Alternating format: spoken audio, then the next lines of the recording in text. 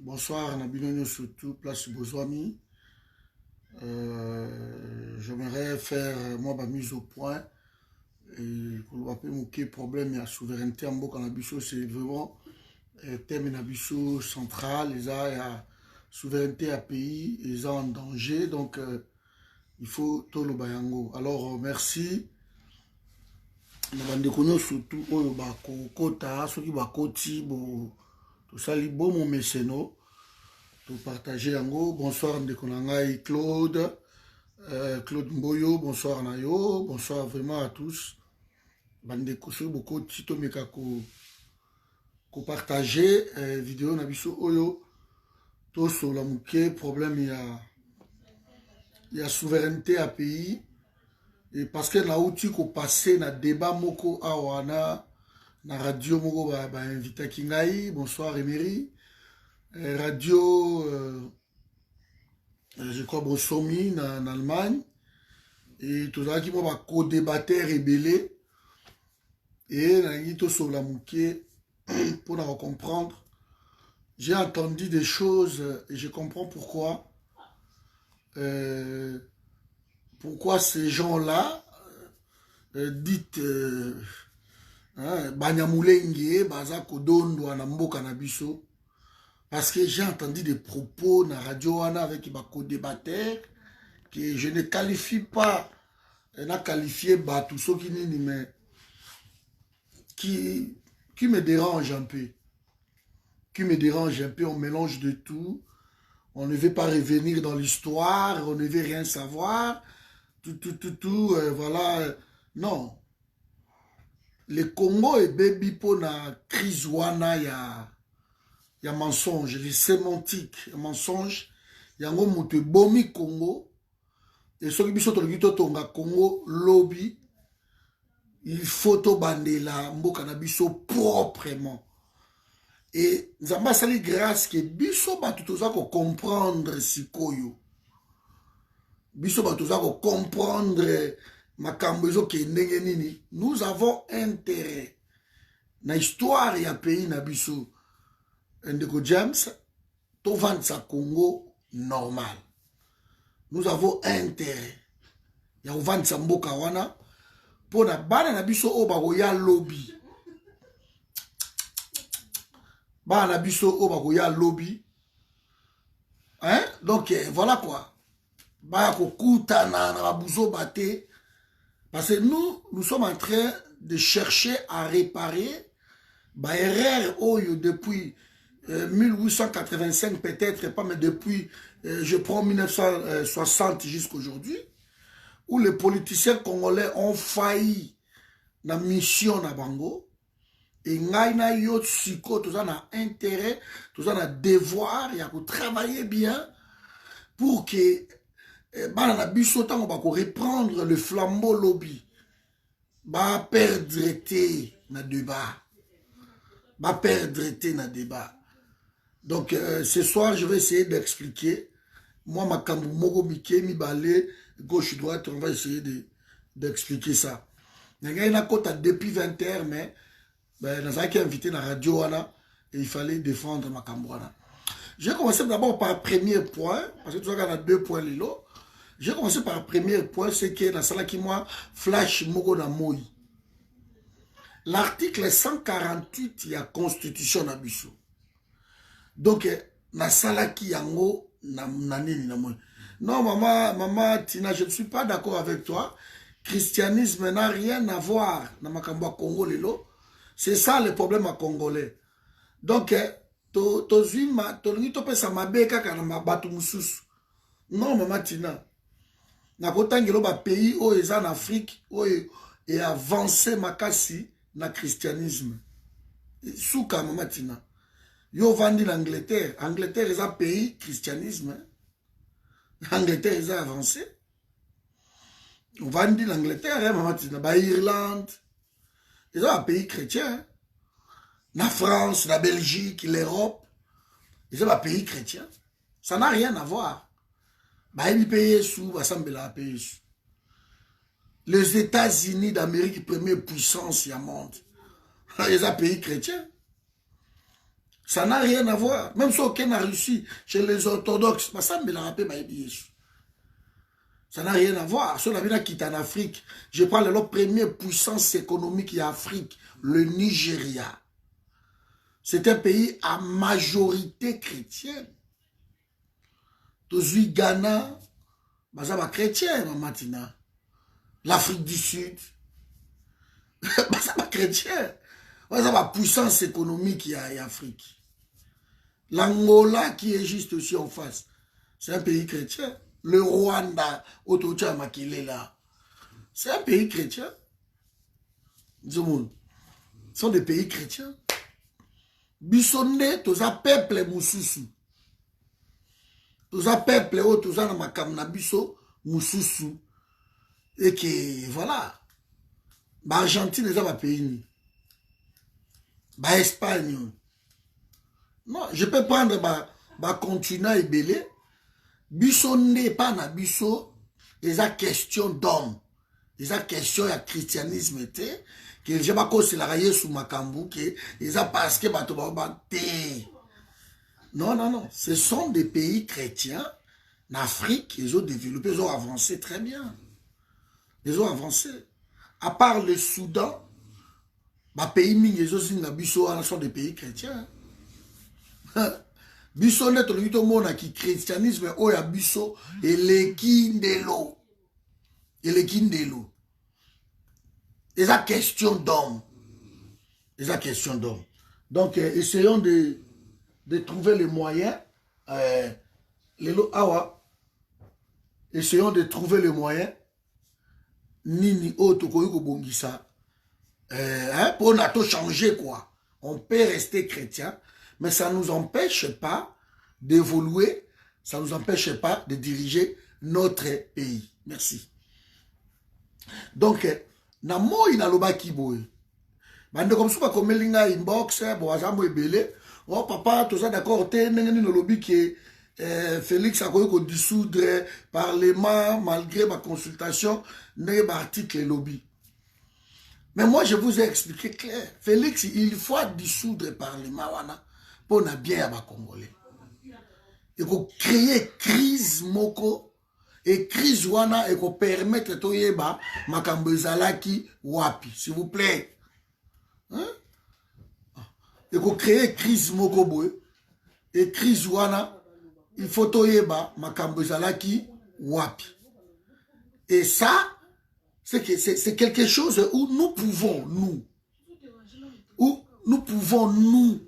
les pousser, il faut à dissoudre yango. Nango tozolo baba aspect mususu o ezape na constitution oyo bango bakolinga ba échapper nango bakosake soki to consulter et que sénat nani bandimité na gouvernement moyen dissoudre te non. C'est ça en fait, il faut qu'on explique clair. On ne peut pas seulement expliquer ce que les gens veulent entendre. Mais il faut expliquer c'est quoi l'idée de la lettre et puis le droit et l'obénin. Parce que ici, on parle de consultation. Balobi bien que le président de la République peut, donc à coquille qu'on dissoudre parlement. Balobi bien que le président de la République doit dissoudre. Non. Balobi, le président de la République va dissoudre. Non, Balobi peut dissoudre le Parlement. Donc, il peut dissoudre ou ne peut pas dissoudre. Donc, ici, on parle de bon vouloir. Il y a président de la République. Donc, il peut ou il ne peut pas. Ici, on parle de ça. Ce qui est simple. Mais, et pas l'habitude lobby qui est le président de la République, après avoir consulté le deux chambres, n'a gouvernement, n'a pas eu qu'à dissoudre. Mais, qu'on consulte, on est allé de prendre leur avis. Je dis bien, il va prendre juste leur avis. Que, ma boudne, n'a moni, n'a pas eu qu'à dissoudre. Parlement parce que après si ma raison na yé. qui paye la bien tête à la PDG depuis la nouvelle. Parce que ici, l'idée de la loi, c'est lui qui constate. C'est lui qui constate que le pays est en crise. C'est le président de la République. Parce que c'est lui qui peut. Ici, je ne parle pas de Félix Tshisekedi. Tout ça est clair. Alors, on va Félix Tshisekedi. L'idée, il y a constitution, article 148. Même sur Martin Fayoul, Jean-Pierre Bemba, je ne sais pas, même on parle de la loi ici. Donc, la loi, oui, il faut à dissoudre, à koki ko dissoudre. Yango. Donc, ce qui a vu, il y a Janine Mabunda à Boy. Ayoki avi yanani bango tout baboy babi non okoyi ko dissoudre non président pourquoi lingo dissoudre alinga yo ka vie da bango ba exécutif wana mais ça lui est pas dit que lorsque bango babi non moi ko dissoudre des athées et que le président de la République ne peut pas dissoudre non Félix il faut dissoudre il faut yo ka peuple balobi il peut dissoudre, mais soit qu'à consulter. Quand on va consulter Batou, au niveau ça là, et loko moko boy, au lobby, nazo tout na conseil. C'est ça en fait.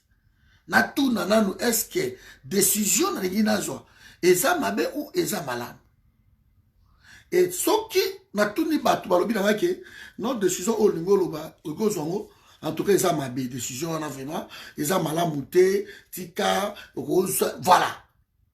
Mais nga sikoyo malgré bango ba yebisi nga boye et que nga na monique décision wana et kozala malamu pour na vie na ngai pour na nini na ko sala yango. Donc c'est gens que moi je vais consulter et il ne m'empêche pas d'exécuter ma décision. Je ne sais pas si de se comprendre ou na lo bango ndenge mosusu.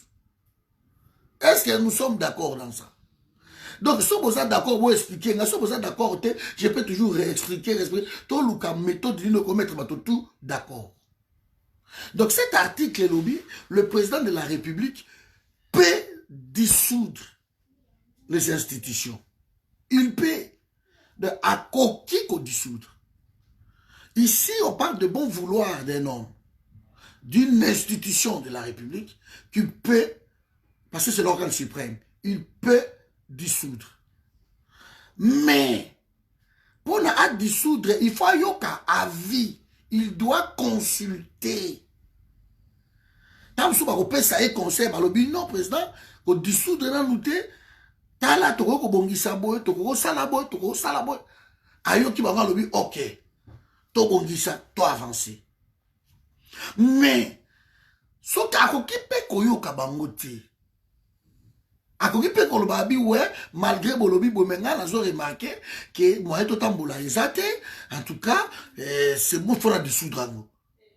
Akoki pe ko dissoudre ngo. Et dans ce cas précis, il peut dissoudre.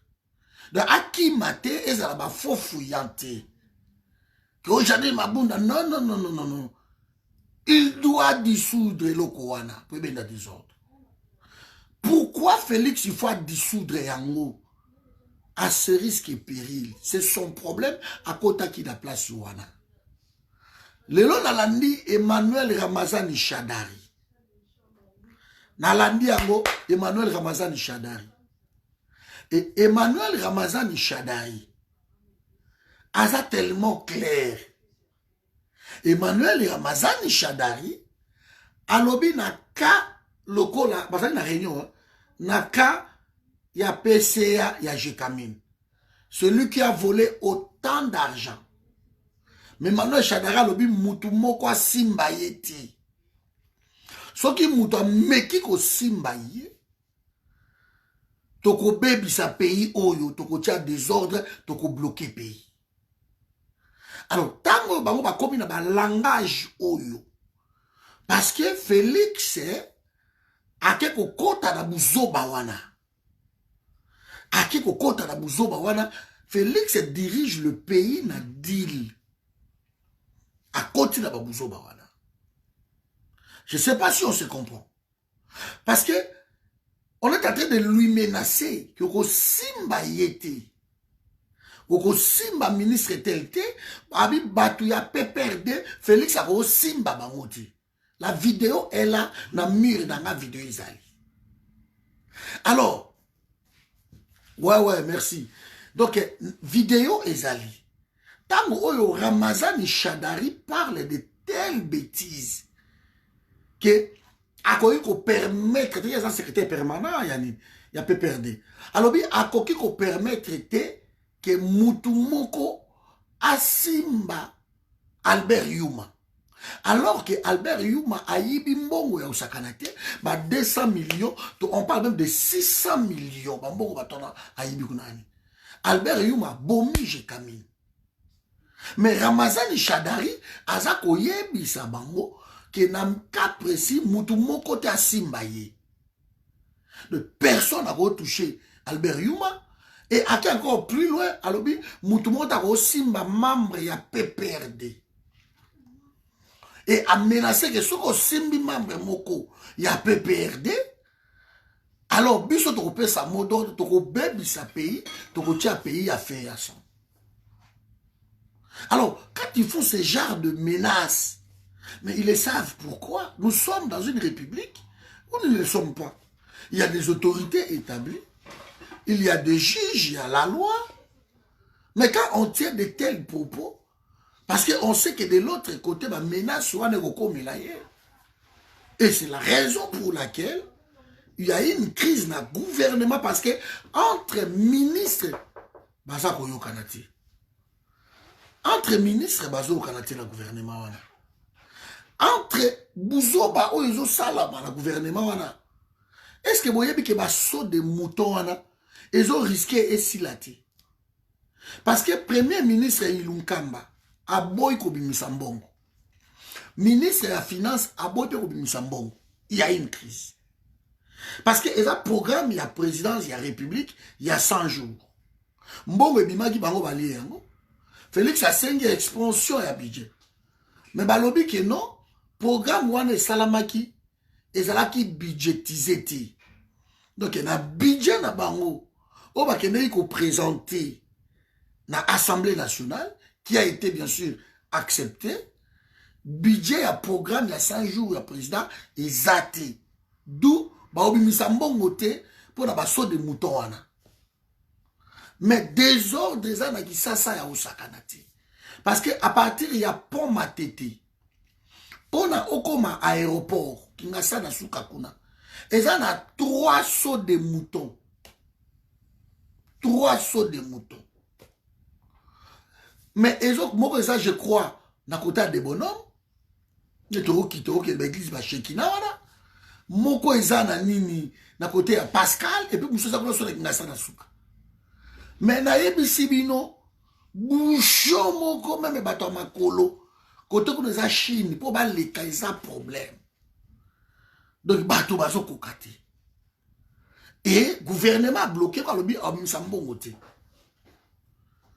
le président de la République, la Constitution, c'est lui seul qui peut constater qu'il y a crise. Et dans ces cas précis, ce qui est amorcé cette crise, il peut dissoudre le Parlement. Les institutions. Donc ne confond pas les choses. Il peut. Et ça va faux fouillanter, mais il peut dissoudre. Ça, c'est le droit. Il peut dissoudre. Je crois peut-être que ce point-ci est précis, tous d'accord.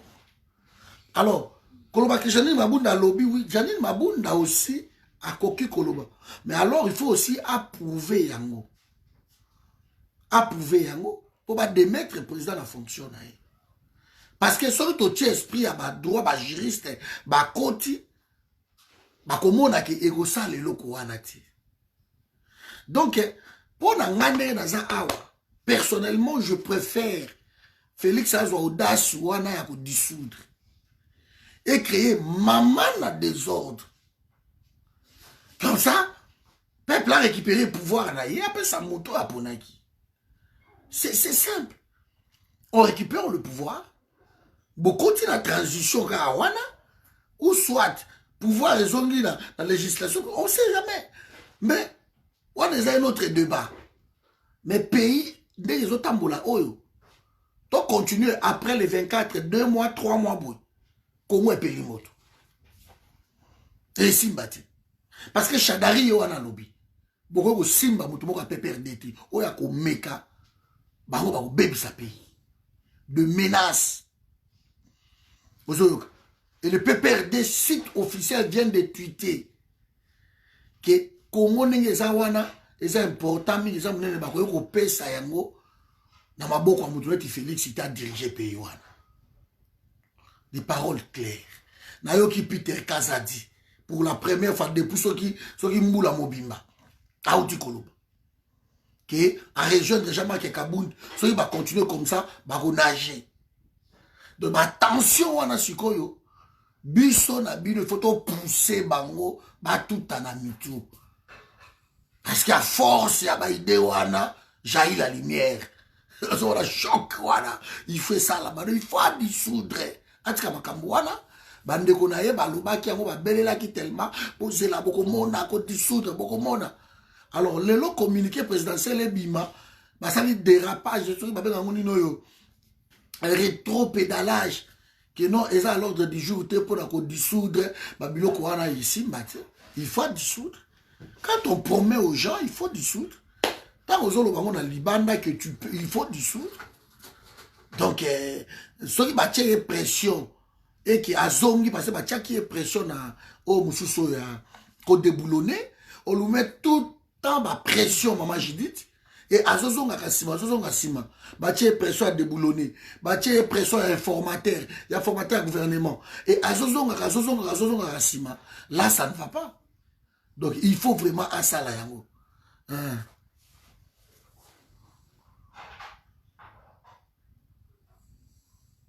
Non, dans le lieu ami dans la tête de José, dans le lieu peut-être ils ont Facebook oh mususu, ils ont vraiment ils ont passé dans le là bateau ami, dans le là surtout bateau ami ba oyo baza ko sala nini, to bazo réagir té alors que dans la bateau belé bazo zela, baza peut-être par contre peut-être 300 personnes qui attendent et on a des amis au dans bango depuis 3 ans, 4 ans qui ne bougent pas. Mbote appelle ça comme mbote et bonjour rien anniversaire un peu ce bon anniversaire liwa a coupé ça yo répété babilo côté ma vanda kamina yo alors on se pose des questions à quoi sert cette amitié.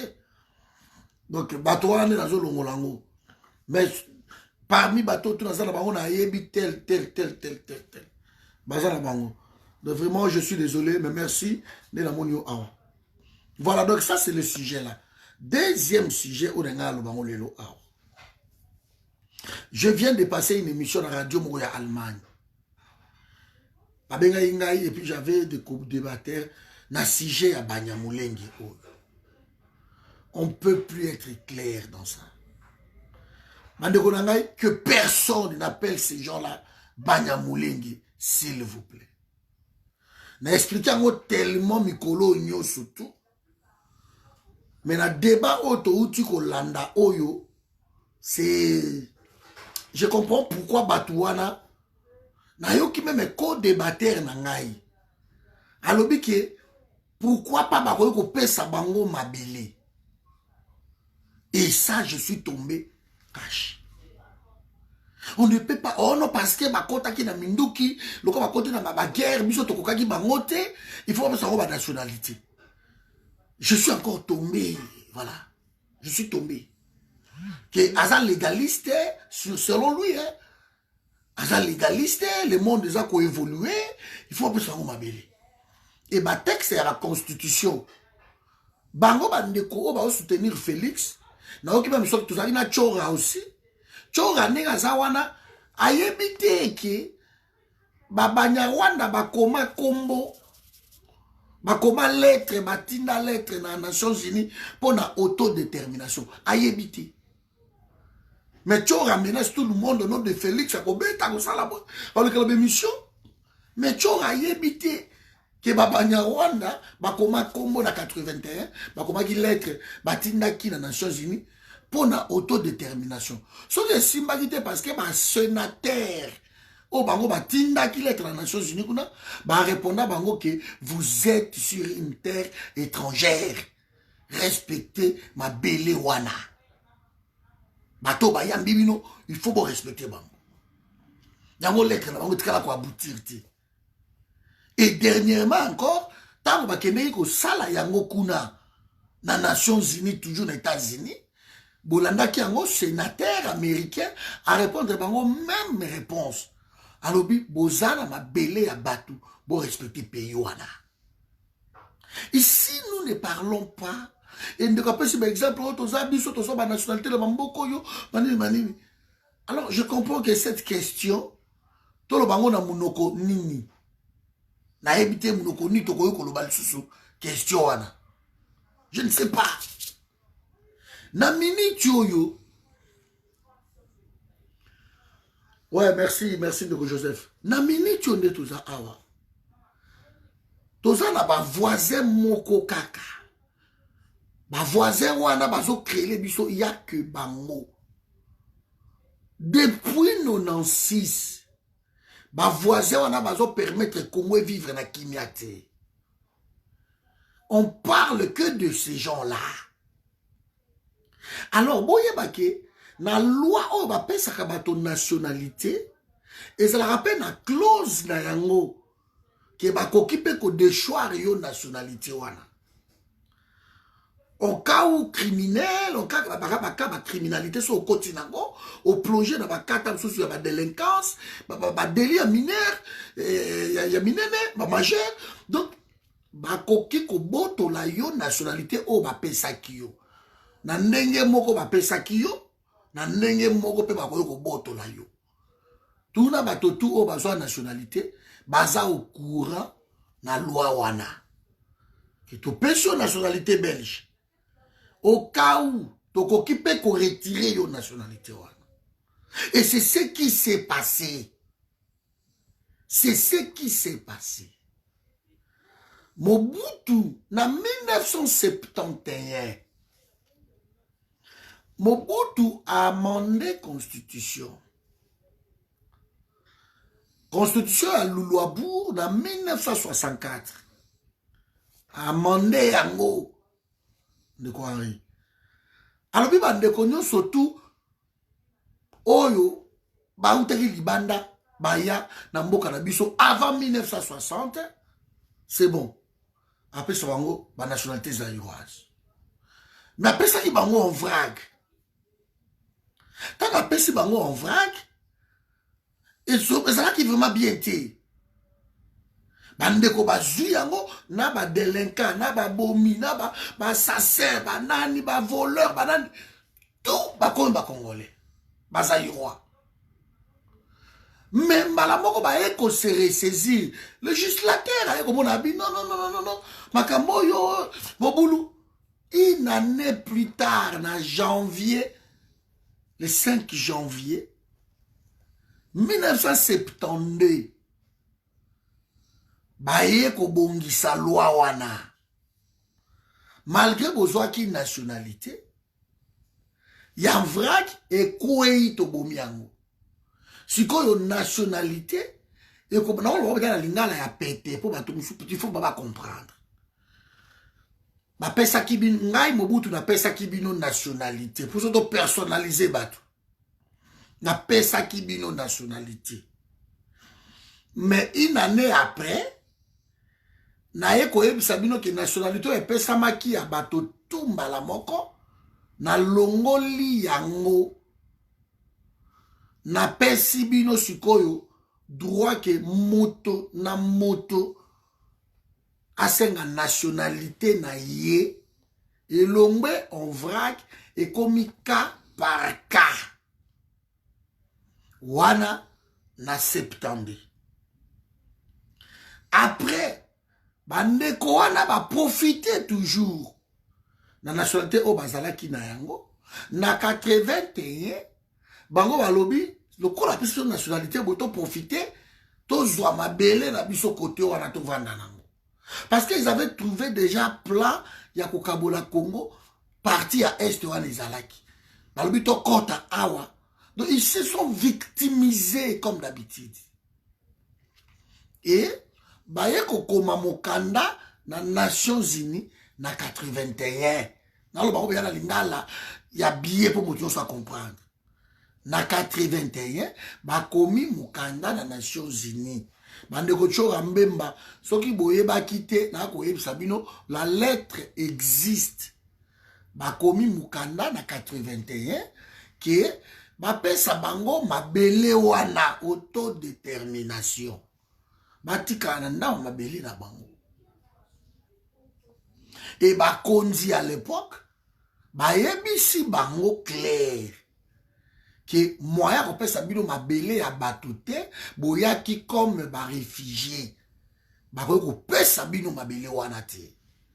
Mais on peut plus être clair tango sikoyo Mobutu aye ko découvrir que bato oyo napesaki bango nationalité koya ke baza bazairois baye kolinga bakabola Congo. Alors boyebi bino tout que Mobutu pona ye unité ya Congo ezalaki bitumba na ye alobaki ke aoke même ko sala pacte na diable pona Congo ekabwana te ezala uni.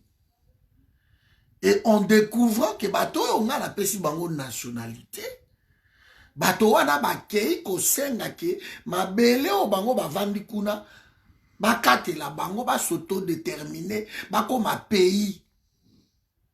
Mobutu alobi non non non non non na botoli bino nationalité wana ndenge anapesaki bino ndenge na botoli bino.